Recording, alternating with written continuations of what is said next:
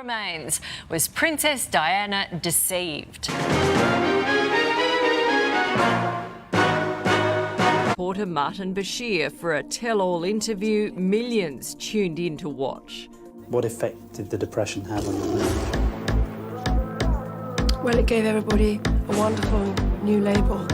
It's Diana's unstable.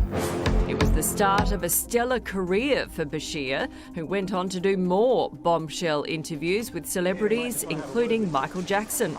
But late last year, questions were raised over how he persuaded Diana to go on record about her marriage. Diana's brother, Earl Spencer, claims fake documents were used to gain the trust of the family, something the BBC insists played no part in her decision to speak out. Why have you decided to give this interview now? I want to reassure all those people who have loved me and supported me throughout the past 15 years, so I'd never let them down. Role editor Sir Rob Jobson joins us from London. Rob, why have the results of this investigation been delayed, and why not put a time on it?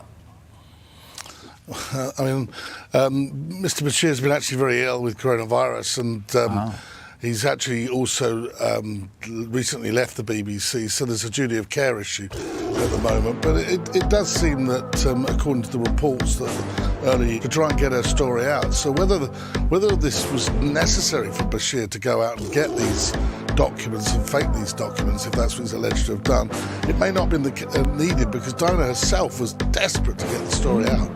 But it may have been the clincher as to why he got the interview with her, mightn't it? And there's some note, isn't there, around that from her that says this didn't impact on her giving the interview?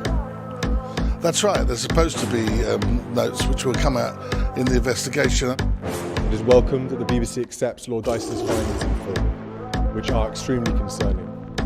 That BBC employees lied and used fake documents to obtain the interview with my mother, made lurid and false claims about the royal family, which played on her fears and fueled paranoia, displayed woeful incompetence when investigating complaints and concerns about the programme, and were evasive in their reporting to the media and covered up what they knew from their internal investigation.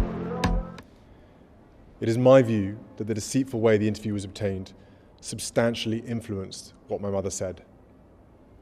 The interview was a major contribution to making my parents' relationship worse, and has since hurt countless others. It brings indescribable sadness to know that the BBC's failures contributed significantly to her fear, paranoia and isolation that I remember from those final years with her. But what saddens me most is that if the BBC had properly investigated the complaints and concerns first raised in 1995, my mother would have known that she'd been deceived. She was failed not just by a rogue reporter, but by leaders at the BBC who looked the other way rather than asking the tough questions. It is my firm view that this panorama programme holds no legitimacy and should never be aired again. It effectively established a false narrative which for over a quarter of a century has been commercialised by the BBC and others. This settled narrative now needs to be addressed by the BBC and anyone else who has written or intends to write about these events. In an era of fake news, public service broadcasting and a free press have never been more important. These failings, identified by investigative journalists, not only let my mother down and my family down, they let the public down too. It was an iconic, explosive and unforgettable interview. Well, there were 3 of us in this marriage, so it was a bit crowded. But Princess Diana was deceived into giving it. And more than 25 years on, the way in which this whole affair was handled has left the BBC in crisis once again. It's one of the worst chapters in the BBC's history, in my view. There's the rogue reporter who gets one of the world's greatest scoops by means of deception. But worse still, and the most serious aspect of it, is the cover-up. Here's how it all unfolded. Martin Bashir met Princess Diana through her brother, Earl Spencer. Well, the irony is that I met Martin Bashir on the 31st of August 1995, because exactly 2 years later she died. And I do draw a line between the two events. Mr. Bashir showed him fake bank statements, falsely suggesting people close to Princess Diana were being paid to spy on her in order to secure an interview. Today, an independent investigation by retired Judge Lord Dyson found Mr. Bashir deceived and induced him to arrange a meeting with Princess Diana. By gaining access to Princess Diana in this way, Mr. Bashir was able to persuade her to agree to give the interview. But even more damningly, Lord Dyson found the BBC covered up its reporters' deceit. Straight after the scoop aired on Panorama, the then director of news, Tony Hall, wrote to Martin Bashir congratulating him, saying, I also think you have carried yourself during this whole episode in absolutely the appropriate fashion. But then the graphic designer who'd been asked by Martin Bashir to mock up the fake documents came forward. I quite clearly felt that I was the one that was going to be the fall guy. An internal inquiry at the BBC followed, led by Tony Hall. Today, Lord Dyson found that inquiry was woefully ineffective. They failed to interview Earl Spencer.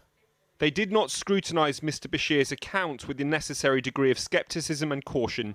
They knew he had lied 3 times when he said that he had not shown the fake statements to Earl Spencer. Mark Killick was one of those who worked with Martin Bashir and tried to raise concerns. I also think the BBC reflect on the culture of fear it created. The fact is, people passed up what was going on to senior management, and senior management, as Lord Dyson shows very clearly, operated a smear campaign against them and then covered it all up. And that sent a message to the BBC staff, I think, that you can't speak truth to power. You know the BBC in detail. How does something like this happen? The culture of BBC journalism is that we're never wrong. And that's the default position. It's a culture of invincibility. Lord Tony Hall today said he was wrong to give Martin Bashir the benefit of the doubt and accepted that there were further steps we could and should have taken following complaints about his conduct. He hasn't, however, explained why in 2016, when he was Director General of the BBC, Martin Bashir was welcomed back to the corporation as its religious affairs editor. For his part, Martin Bashir, appearing here on ITV's X Factor, resigned last Friday. He says the mocked-up bank statements were a stupid thing to do and an action I deeply regret, but insists they had no bearing on Princess Diana choosing to give an interview.